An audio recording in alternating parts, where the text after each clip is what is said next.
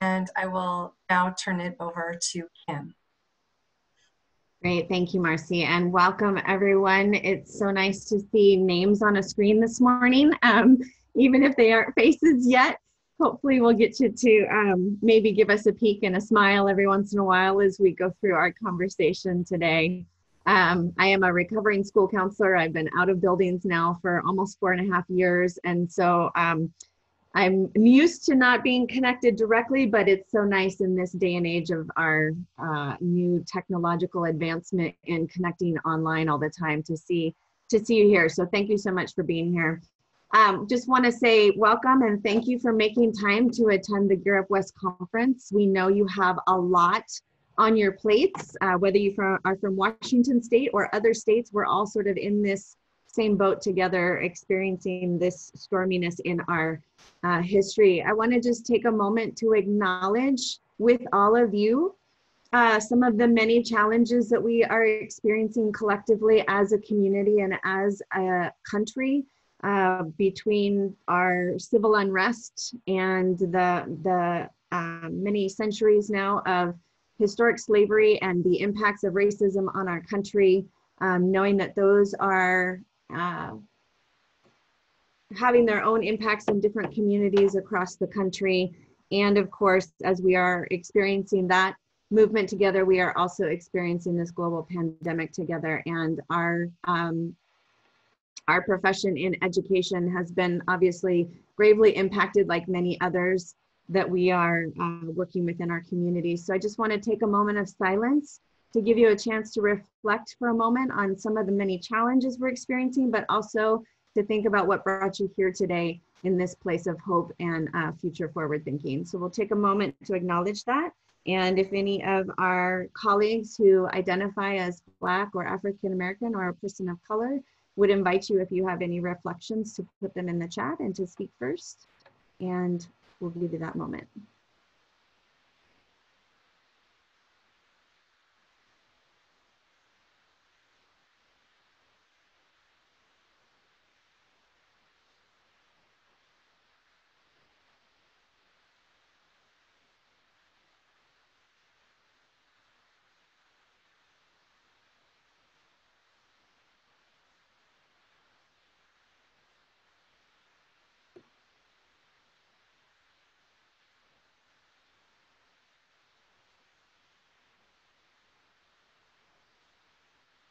Thank you everyone for taking that moment just to take a deep breath, I hope, and reflect a little bit. Here at the State Education Agency in Washington, we are really committed to leading with equity and anti-racism. And so I hope you'll hear some of those themes as we talk today with our colleagues who are joining us here from the state of Washington. So with that, I want to give the esteemed panel that I have brought together for your benefit today a chance to introduce themselves. I'm going to ask them to unmute and just introduce themselves in the order of what they see on the screen that I put you in on the slide. So Brian, you're first. Good morning, everyone. Thanks for joining us, and it's my pleasure to be here. This is my first Gear Up conference. I am a school counseling specialist. I work with our 70+ school counselors in Vancouver Public Schools in Southwest Washington, and it's a pleasure to be here.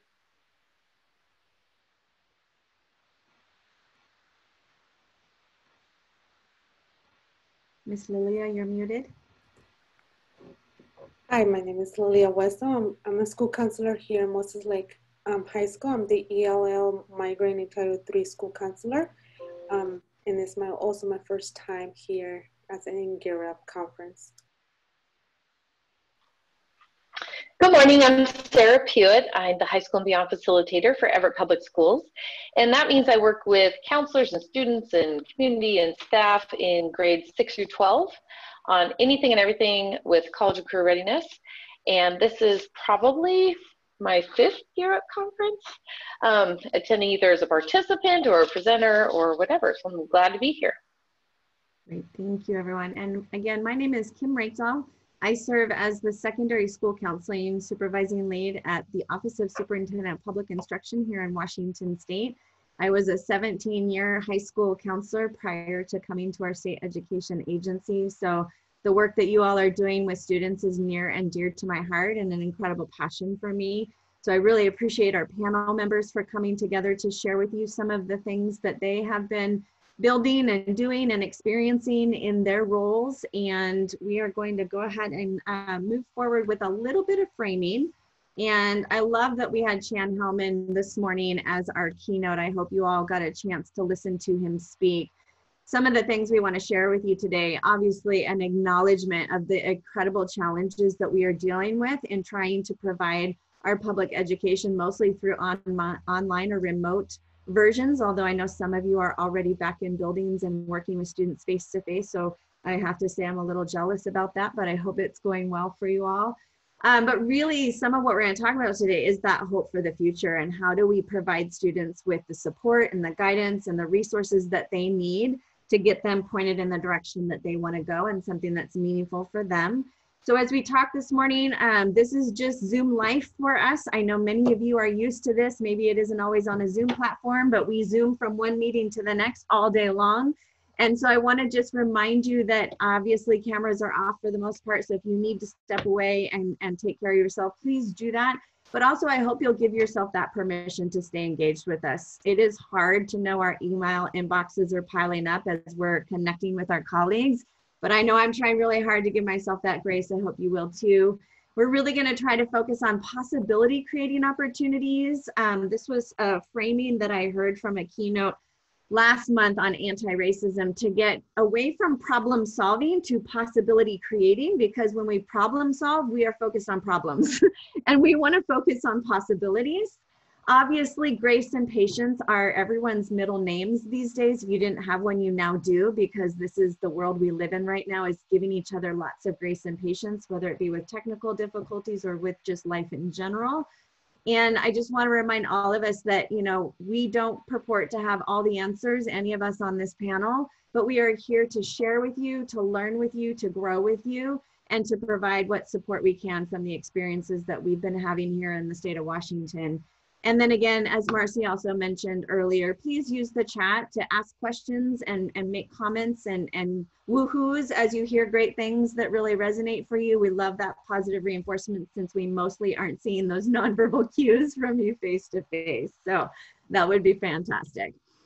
And then just to give you a little bit, because I know this isn't just Washington State on the call, I just want to frame a little bit for you what we're coming to you from today in terms of the way that Washington arranges our graduation requirements, because you're going to hear about this thing called the High School and Beyond Plan. I want to make sure you know what that is. So obviously, just like any state, we require a certain number of credits to graduate. I don't think that's a mystery.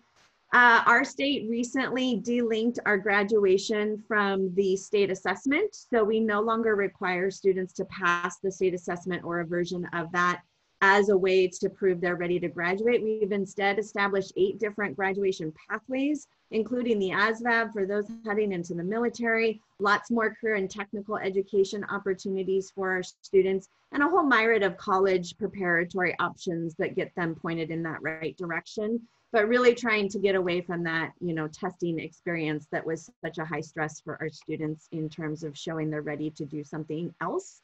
And then last but not least, you're going to hear a lot about the High School and Beyond Plan today. This is really a guiding framework that our state has put in place for the middle school to high school grades specifically, that is designed to help students have experiences with career and college exploration and preparation activities, often through an online platform. We've got a whole host of vendors that love to work with our schools, but really a way for us to help students see that connection from what they're learning and where they're wanting to go, and how they can get themselves prepared for whatever their post-high school dream is. And our role as educators, school counselors, college access professionals, Gear Up staff, is really to help the students navigate all of those challenges in getting through their credits, making sure their pathway is preparing them, and taking those courses and engaging in those activities that'll really get them ready for that meaningful first step after high school. So with that framing in mind, we're going to jump right into our first question. And so I've got 5 total. I've asked Marcy to help me keep an eye on the chat in case you have questions as we go through. We'll just kind of keep an eye on the time. And Marcy, can you tell me what is the time we should be finishing, like done? So 11 o'clock. Straight up 11. Okay, Yeah. just wanted to check. All right, so we'll kind of try to take questions as we go if they come up, but if we start getting a little bit behind, we may hold you off till the end, okay? So the first question, and my panel members, please jump in when you feel ready to go. There's only 3 of you, so I don't think we'll trip over each other too much. But can you just share maybe one successful strategy that you have experienced or utilized or seen your staff utilize this year for either a system you've developed in connecting with students or like an actual strategy you're using that is really bridging that virtual gap and that digital divide that we know many of our families and students are experiencing? Can you share just maybe one positive silver lining this year so far, something to get us started in that hope sense?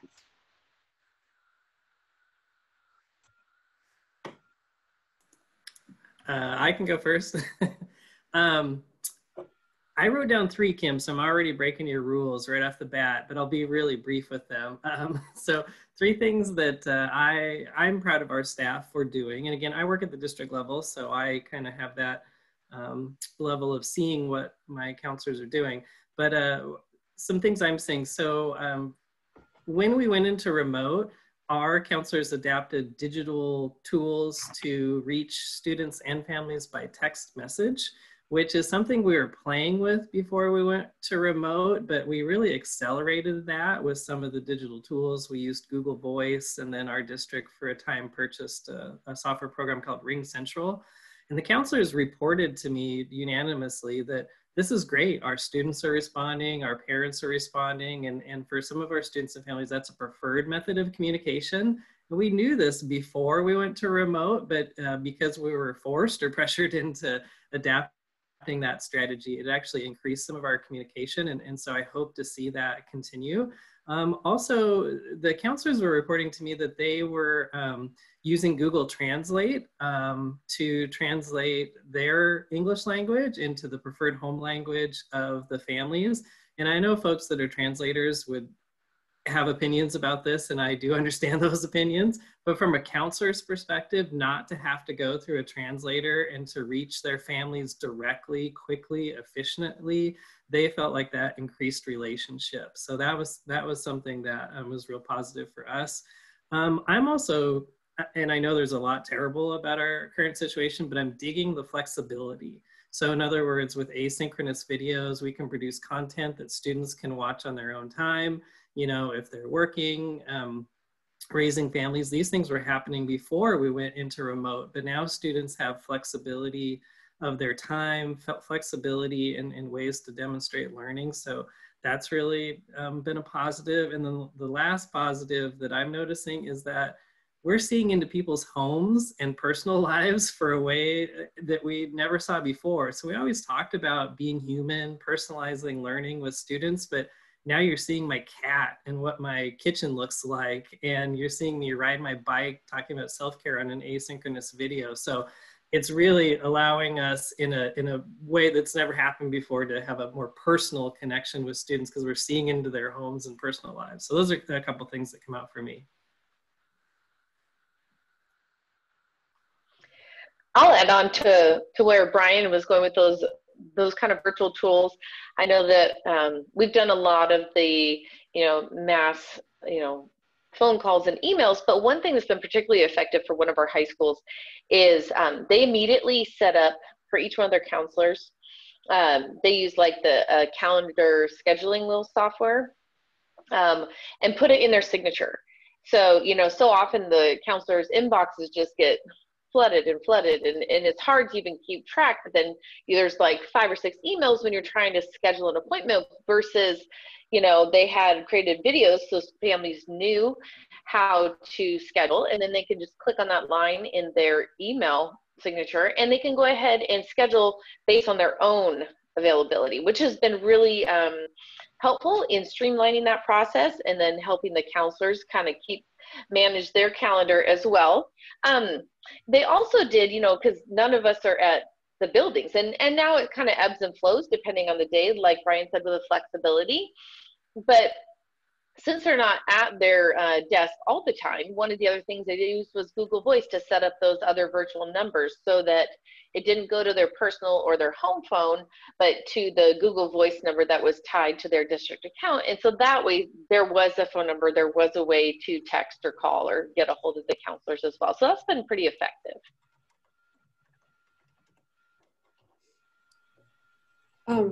So when everything started, like the school got closed, I'm also the advisor of school of MECHA.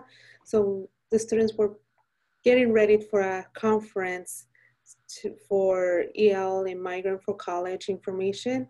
So they got the tools what we had as a virtual, and they create the virtual conference.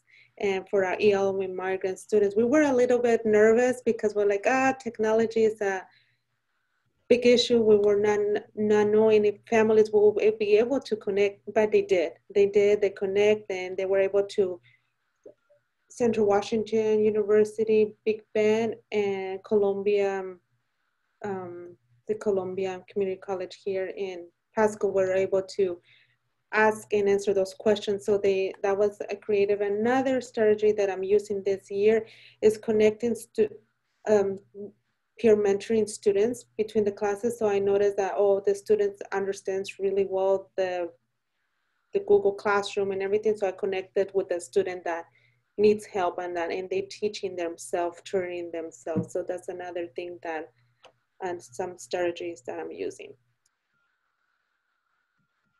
Great, thank you everyone. And I would just add from a state level perspective for those of you possibly in other states, our Office of Superintendent of Public Instruction actually used some of our federal support money to purchase and work an agreement out with internet providers. So we've connected about 60,000 families across our state to internet connections.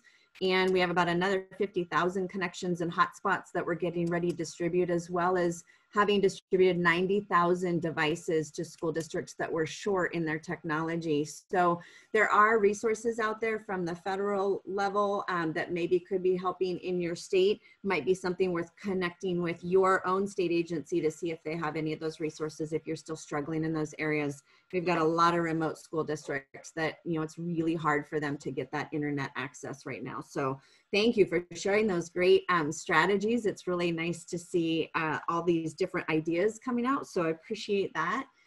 I didn't see any questions other than with the peer mentoring.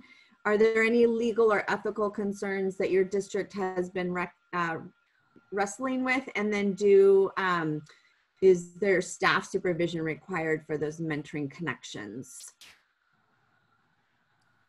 So the first time that I got them I introduced them together the first time, and then the other meetings, if they continue meeting each other, then they plan together, or they also connected with the para, and the para also was there to supervise or any other question, because sometimes the students are shy and it takes more than one time to be able to ask those questions. So if they needed like supervisor just to be there, it will be me or a para. Wonderful, thank you. And then Reggie, I'm going to hold off on your question because we actually have another question for the panel that's along those lines. So we'll give that one a shot before we answer that and see if we get you those answers. So again, going back to the framework that we use in the state of Washington for guiding our students through their career and college exploration and preparation, called the High School and Beyond Plan. Can you guys talk a little bit about how you have been using that graduation requirement and that sort of guidance framework to support your students to build that hope for their future and that resiliency moving forward in the midst of our pandemic especially? Would be great. Sarah, you have this in your title, so I think you should go first. I know. I feel like sometimes I should have a cape, like to high school and beyond. Well, one of the things our counselors in grades 6 through 12, and actually through 6 through 11, go in 3 times a year in classrooms in person to teach lessons, all related to exploration and options and discovering what's out there. And then in 12th grade, our students actually take a semester-long class called College and Career Readiness that helps them navigate that senior year, but it's also a 0.5 CTE credit. But realizing that the virtual world has changed so much, and to use the tools that are available, one of the things that we're gearing up to do right now is we're going to do a little flipped classroom style. So my background is teaching, so my certification is in teaching, and that's where I'm most comfortable. But you know, we got to promote our strengths and use what we can. So my goal now is I'm going to be recording each one of those lessons, and not that they're going to take a long time. Like we're talking like 10-minute lessons where I'm giving the instruction and the why and the here's what we're going to do, and then the students are assigned to do that through Canvas. They go and do it, and then the counselors are coordinating with content area teachers and jump onto their Zooms, and they're going to come in and do the discussion and the processing of that exploration or of those things and answer questions. For example, they might be doing a career interest inventory, and the students will take that, and then the counselors will come in and they'll debrief that and what you find out, and here's some interesting things. But then we can also look at that and see, like, well, maybe there's a lot of students with a health science or a lot of students with manufacturing, and they can go into breakout rooms and have more conversations with their peers and or counselors. So that's one thing we're going to start in November. And so I will be doing the video portion, and the counselors will be using their counseling expertise to do the discussion and processing portion, and we're just going to see how it goes. And then also we usually do an event this week to do high school and beyond, where we have career and college fair and a whole bunch of other options that students and families can come to, and we've turned that all into a virtual event as well. So it starts this week as the kickoff, but then they'll be able to access it all year. You know, everything from virtually touring a fire truck to exploring military options to looking at the college application process.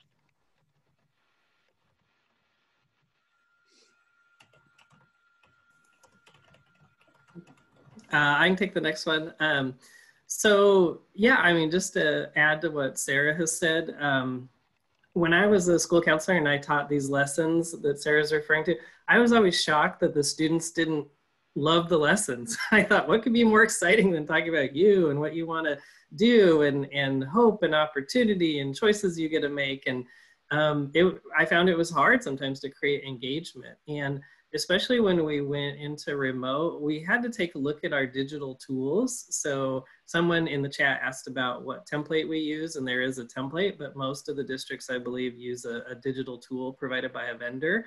And so we went into remote, and our students were already having trouble working with our platform. You know, they were confused by it or didn't find it engaging or didn't know where to go. And now that we're remote and you can't sit beside and explain, or through your lessons, you can't watch what's happening and do some reteaching, we really had to take deep looks at that digital tool and say, how can we do a better job explaining this digital tool so that students understand it? They understand its connection to themselves. They understand it as a vehicle for hope and opportunity. And so a couple things happened. So kind of like Sarah was saying, we created new asynchronous videos where we tried to personalize things a little bit more and use screenshots to explain things a little bit more. And frankly, we also pushed on our vendor. I partner a lot with our current technical education department, one of which is on this call. So this is a nod to him as well, but it's also true. You know, we pushed our vendor. We said, these things are glitches, these things aren't working. And those problems were amplified when we went into remote, because again, we weren't sitting beside the students and helping them. So we created new tools, new ways to work with our graduation planning career college. We also pushed our vendor toward new solutions and better ways of doing things. And to our vendor's credit, they have responded. Oh, and then there was one more. We had students who, just like with the academics, didn't engage with the high school and beyond plan. They ghosted us, so to speak. They just said, I'm not going to do it. I'm not going to respond. And when these questions came up, I said to folks, let's go back to the law and the spirit of the thing. It's not about the platform. It's not about the vendor that we use. It's about, who are you? What do you want to do? How can we help create that pathway to go to our keynote to get there? So I said, why don't you just Zoom call with the kid and ask them those questions? If they can give you reasonable answers, mark them done. It's not about the platform, especially now. We're in the middle of a traumatic event. So yeah, those are just things that come to mind around career college planning and hope. We are using we're delivering the high school and beyond plan by using Google Classroom. So the college and career staff is creating them, the Google Classrooms, and having class of 2020 to class of 2022. And each of them, each Wednesday, each class will have a different lessons for the high school and beyond plan. Wednesdays are the times when they don't have to meet with their teachers' classroom, their regular schedule. So Wednesdays are their time for them to be doing homework or extracurriculum. So that's when we are pushing our high school and beyond plan. When I meet with my students, I go over the high school and beyond plan to plan their schedule for their classes and everything. One question I'm trying, because we always hear what you want to do when you grow up, or so now I'm changing it, like, what kind of change in this world would you like to make? So in that way I can try to make, like, saying like of you all saying, I'm trying to make them connect with the student. A lot of my students, they don't know what is college or university or technical college. I have showed them YouTube videos so they can see. And I know a lot of my students love soccer, so that's where I start showing the fields of the university and community college by YouTube. And so right now, with before I was able to go to the classes and showing them by YouTube, I still be sharing my screen by using Google Meets and sharing my screen and showing step by step, and also showing the YouTube what is a community college and career. So yeah. Thank you. And I want to just draw your attention to the chat if you don't have it up on your screen. There are some other folks who are posting some great ideas and information in the chat. So really appreciate that affirmation. So thanks, Kelsey, for giving a little shout out to Lilia for her question that she's asking students. I put another couple ideas in there about ways to frame that "what do you want to be when you grow up" question, because it can be pretty anxiety provoking. I have a junior and a freshman right now, so believe me, I am living this life as a parent and walking my own talk. So the other thing I wanted to just put out there for you as food for thought, we have in the state of Washington, as in everywhere else, obviously an opportunity through our Gear Up staff and our other partners in our buildings to really think about how we are guiding students towards their goals for after high school. And one of the things I think that's super important is, outside of those of us who live and breathe this work and who have that expertise, it's really important to address staff beliefs about the ability of all students to be successful and to move forward, right? And to find that fit for them. And ultimately, I was in a school where we, as the school counselors, just like Sarah, we were the ones delivering most of the curriculum and the lessons, but we really worked to involve our staff in mimicking and sort of working with us to have some common vocabulary and some ways that they knew how to access the system so that they could use the information that students were saving in their high school and beyond plans to connect with them and build those relationships in the classroom. Because ultimately, I'm sure most of you know, our teachers get the day-to-day connection with students that we often don't. And they have such a powerful role to play in helping those students see that what they're learning and the skills they're building are helping them move forward, even if it's a class they don't love, right? And so it's really important to bring the staff into these conversations and into the training about how to use these systems to make those connections. And I think right now, more than ever, this is how we have to work, is really looking at what is a student saying is important to them and who they are as a person and the things they value. How do we draw them in with that? How do we provide them that hope of seeing a pathway through and to their future? Because ultimately right now there's a lot more barriers in place than we're even used to dealing with on a normal given day. So really appreciate the great ideas that are starting to show up in the chat and the panel for sharing those things that you're doing as well. So Kim, again, can I I want jump? to, oh yeah, go ahead, Brian. I hope you're Just to looking jump in with a thought before I lose it, Yes. you mentioned that collaboration with teachers, and I think we're going to talk more about collaborating with Gear Up staff. I think one of the reasons that students never connected with my lessons when I taught is that I did it once a year. So, 20 minutes of my time is reorienting them to why I'm here, what I'm doing, what the platform is, what's your password and username. And so you're so right about infusing it throughout the curriculum, and some districts and buildings do this better than others. But one thing I've discovered with the situation that we're in, we were pushing out a lot of asynchronous social emotional learning lessons, which we should, and that was the right thing to do, and we're still doing that. And then more recently, we started to push out more career college focused lessons, and teachers are looking for that content. And I think because of the situation we're in and the difficulty of the remote learning, they're more willing. So it's opening up a door that we never had before to start pushing in career college readiness content with the teaching staff in ways that we didn't have the opportunity before. And so hopefully now that we've pushed that door open a little bit, we'll kick it in and have greater opportunities going forward. Thanks, Brian. I would just add to that, the district my two kids are in right now here in Tumwater, before, having that daily connection with students through a homeroom or an advisory, that was kind of a heavy lift when we're in a building and it's, that in-person connection. And there's lots of issues there that can crop up with, teacher capacity, which is, as a former teacher, I totally get that too, right? But what's been really silver lining about COVID is we have 20 minutes a day set aside for that connection for students. And they're being given weekly lessons to be working through both social emotional lessons through the platform we're using there in our district, but also career and college readiness through Naviance.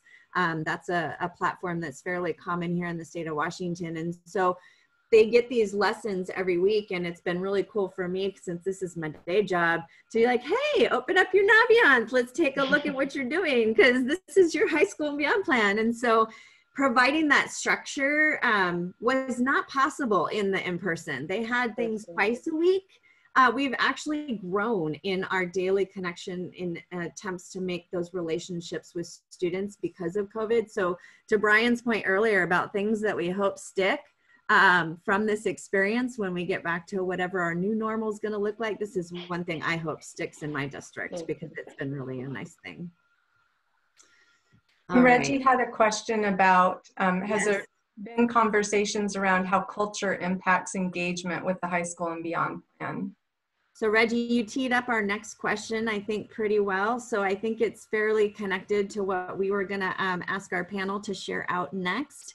And so this is, our third question is just strategies or things that you are doing or that you're seeing work well to help staff, yourselves included, but also those who you are supporting, connect with and engage with those students who are furthest from educational justice and opportunity. Would love to hear some of those ideas and maybe a little bit around how that cultural competency piece is playing out in your supports for your students.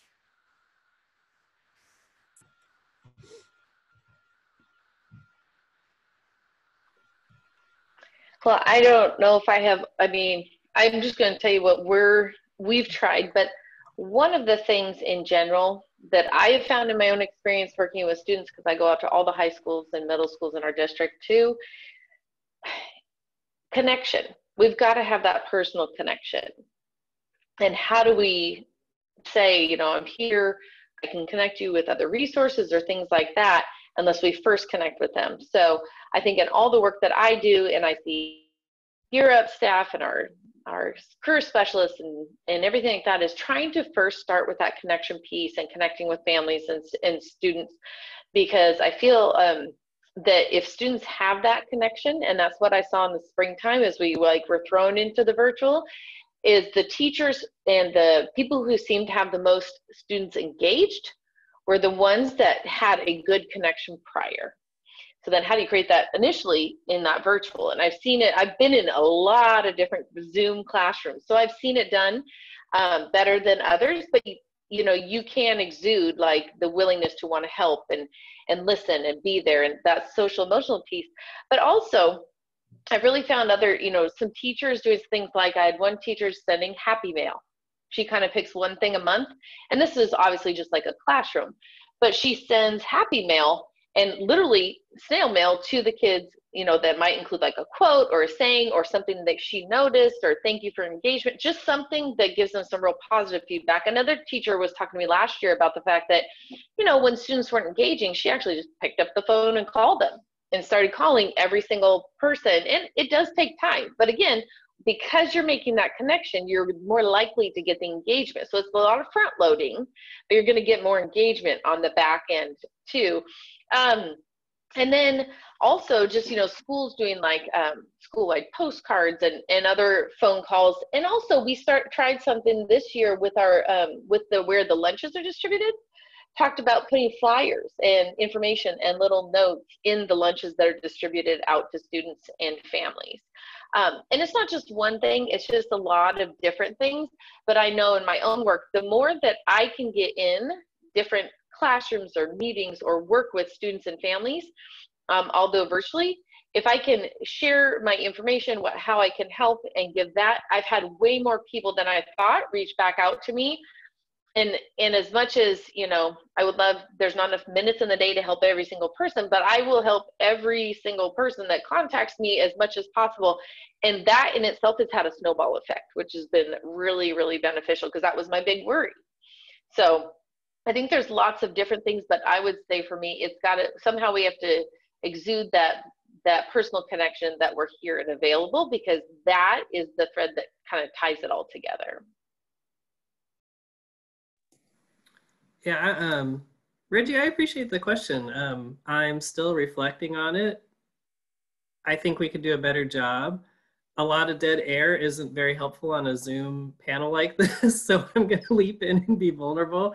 I'm going to agree with Sarah. What I've noticed is that schools that did a really great job with engagement prior to closure have those relationships and those connections to be able to draw students in. Staff that didn't do a great job with engagement are struggling even more, because it's so much easier for students to ghost us. The question I'm asking myself, and again, I'm being very vulnerable, is, are we really considering students' strengths, perspective, and unique points of view and community when we deliver the high school and beyond plan? And we probably could do a better job. I think that's, I'm gonna keep chewing on that and go back to staff and talk about that more. But there are some entry points. Our current vendor, and our vendor Zello, I guess I should just say, I'm not being highly critical, but Zello has a portion of their platform where it allows students to input their strengths, places they've traveled, and unique experiences. And from what I know of culturally responsive education, this is an important piece, is drawing upon the student strengths, their point of view, their community. And again, within the platform, we could probably do a better job of emphasizing that piece of the platform, maybe even as the starting point. I mean, we tend to leap in with, all right, everybody get on and take this, 40 question interest inventory. And that's probably not the best place to start to engage students or to take in their unique perspective and strengths. So maybe we could do a better job. Tell us about you, tell us about what's important to you, help us understand you, and then we'll meet you with the requirements of the high school and beyond plan. So those are just some thoughts that come to mind, but I appreciate the question. It's a good one. So yes, I agree. Connection is the key. One thing I also noticed is once we connect with parents and help them understand the system with their own vocabulary, that helps a lot. It helps connect better with the student and the family, because once the family knows, they help the student and it makes our job way easier. Also, one thing I always tell the student, and they always look back and say, no, you're the teacher, is that you're teaching me how to teach you, how to help you. You are my teacher, and they always surprise it. But culturally, I always learn. I am Mexican, but I'm not assuming because I'm Mexican and when I was in high school, I need certain things, my students need that. Because I told them, I am Mexican, but we have different culture. Yeah, it can be similar, but we all are different. So like, teach me what you need, because we all learn differently.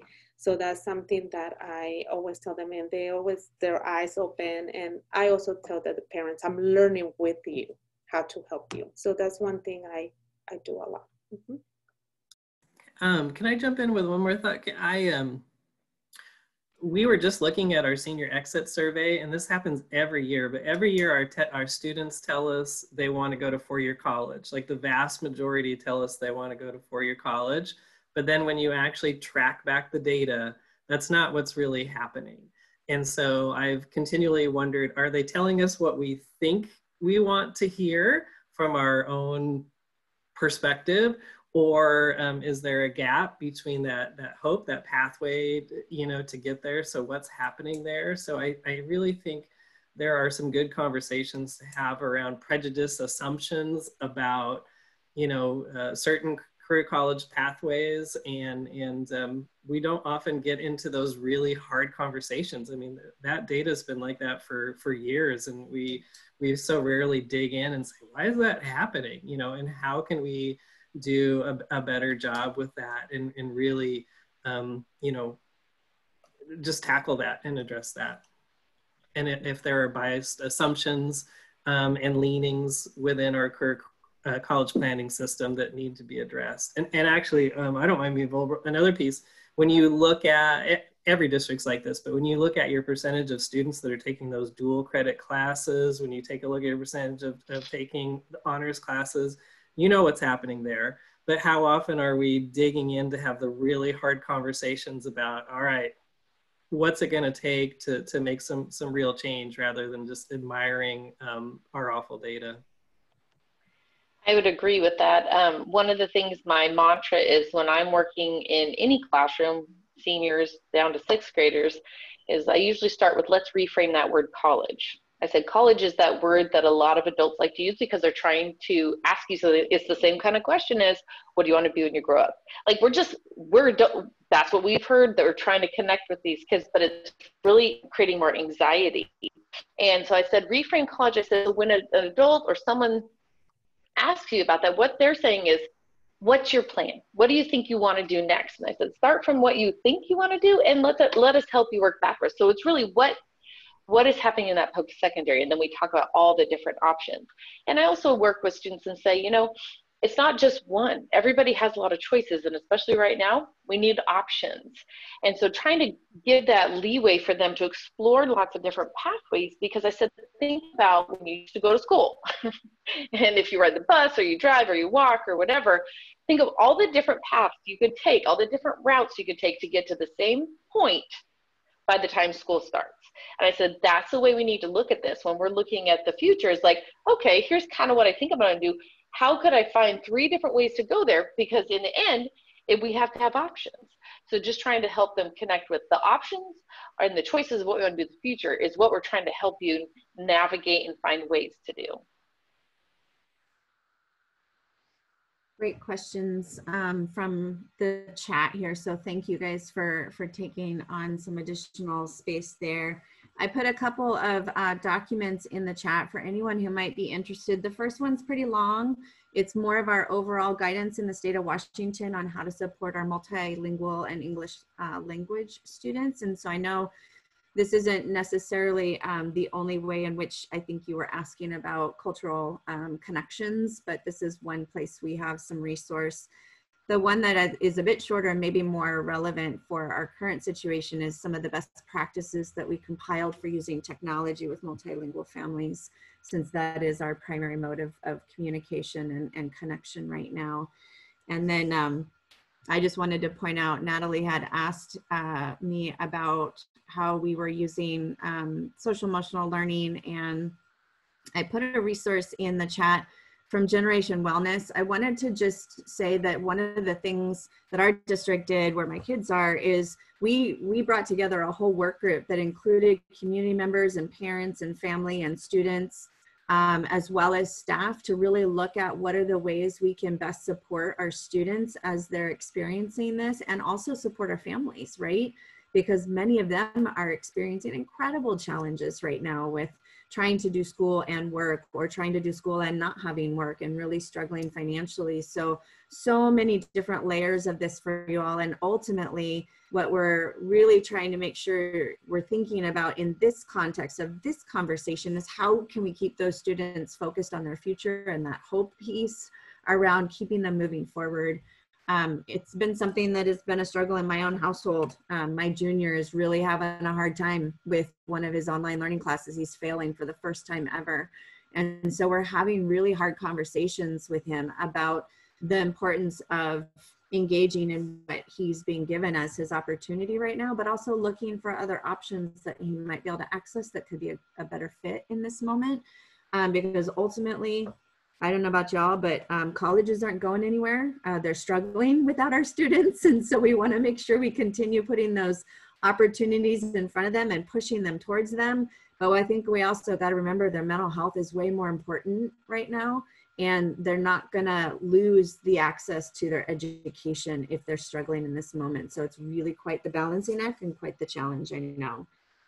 So obviously one of the things that really helps, is that sort of collaboration, right? And pulling in staff and looking for our Gear Up folks and our community members and our other college access staff, and what are our teachers and our special ed departments and our English language learner teachers doing? How do we work with them all to really coordinate all these services and provide access to all the students to get the supports and the resources that they need? So that's our next question. Just, I know my panel members here have got some experience with Gear Up, at least a couple of them. So if you could maybe pull some of that into your comments on this question, that would be great. Well, typically in like the in-person time, I go out to each high school one day every week, and I get to sit and partner with the career specialist in the career center, and we do very similar and collaborative work. But the other people I also get to partner with every day while we're there are the Gear Up specialists, and so I get to work with them. I get to engage with their students, and one of the things I would say with our Gear Up specialists, they have just done a phenomenal job of just that connection piece. They've been really, and this started last year with that 9th grade group as they came in, and that connection then is continuing to build. And I would say with all those pieces, and like the career specialists, Gear Up staff, teachers in all content areas and specialties, I feel like it's a very organic kind of like collaboration, because everybody seems to be aware of how other people can help. For example, I was contacted earlier this year by our Gear Up specialist who had a student that was really concerned about taking the right classes in this high school and beyond plan and just trying to process all the stuff she was hearing. So she said, hey, let's work together and we'll set up a meeting with Mrs. Pewitt. So the three of us talked, and as we kind of dove into it, realized, you know, she also needs to be connecting with her counselors because she was really concerned about taking the right classes and options. So then the connection from the Gear Up specialist to myself with the student, and then myself and then the counselor, and then you know, all of us going back and then following up and giving reports and kind of letting everybody know where this student was with the Gear Up specialist so we can start that cycle again. And that happens more often than not with not just a student in like 9th or 10th grade, but you know, also when we're talking about students in other areas, like it's having those connection points. It's having those people who you know can help and bringing everybody in to help each student or each situation. I know recently I was able to connect with our EL staff all throughout high school and got some great feedback on how their students are really not understanding like the word beyond. We're using this high school and beyond. They're like, the word beyond is not actually making sense.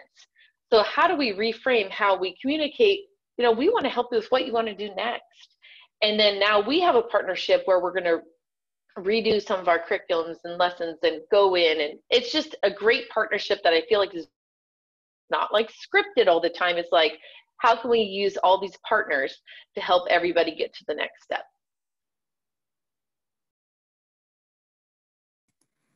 Lilia, you want to go next? Yeah. One thing that we're doing with as I said, we have to check all our high school and beyond plan for graduation. And that's one thing the Gear Up is helping us. After we do the lessons, they check each of the high school, each high school and beyond plan for, right now we're having it for 2 cohorts for 10 and 11th grade. So they're taking all of the 10 and 11th grades, making sure they're doing the right and they're connecting with the students and helping them understand if they were not able to understand in their during the lessons or any other questions. Also, I do believe that it's really important, not only is with, like, a student needs multiple connections, multiple people. It's not only it's Gear Up, the college, mentors, and it's for them to succeed because they all have different needs and different help. So it's really important for us to have the resources and we can connect them to for all the things that they need. If there are any school counselors in the virtual space, they know that we have 3 domains. We have social, emotional, academic, and career college. And at the high school level, what I see happen a lot is the high school counselors get drawn into the academic domain a lot. And we are grateful for the flexibility around our graduation requirements in Washington, but they are complex and they are difficult to track and personal. So there's a lot of energy that goes into that. And then you can be drawn into the energy of the social emotional. And so it's really easy for the high school counselors sometimes to say other people are taking care of the career college, especially if you have Gear Up and or CTE career specialists. We have them in our district, or career college counselors. And so to my fellow school counselors, as a former school counselor, I just say you have to fight against that. We have all 3 domains, and it's okay to lean into partners to do that work, but not to give up that domain to others. And sometimes you might need to create structures. You might need to create a structure where you meet regularly with your Gear Up staff, or you meet regularly with your CTE funded career specialist staff, so that you can allow them to do that work in partnership and collaboration, but not to give it up entirely. And to folks on the Gear Up side, don't let your school counselors do that either. I'm telling you that they have career college standards, that they should be supporting you in that work. And it really should be a partnership. The percentage of the partnership is going to vary by building, but I get frustrated with my colleagues that give that work up to other staff, because that's not good for students. And you all know that those domains overlap each other. And so when you completely ignore the career college domain in favor of the academic domain, then you lose sight of the student as a whole person. And I see that happen as well. So yeah. And a positive about, again, the situation with Zoom, and when you don't have to go to buildings and things like that, it does make it easier for us to collaborate and really talk about how do we work together. And then I don't want to talk too much, but real quickly, at a district level, we have a district coordinator over Gear Up, and I meet with her regularly. We meet every 2 weeks and plan career college intervention with another CTE person and an AVID person. So we kind of have a brain trust of Gear Up, AVID, school counseling, and CTE that meet regularly, and I encourage a building-like model.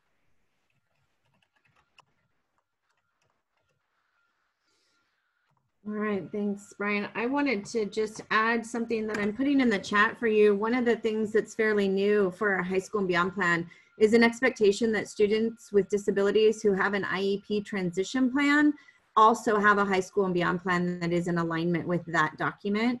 So I put in the chat for you our graduation pathways toolkit, which lists out all of our expectations around guiding students through graduation pathways and the high school and beyond plan sort of structure and how we implement it.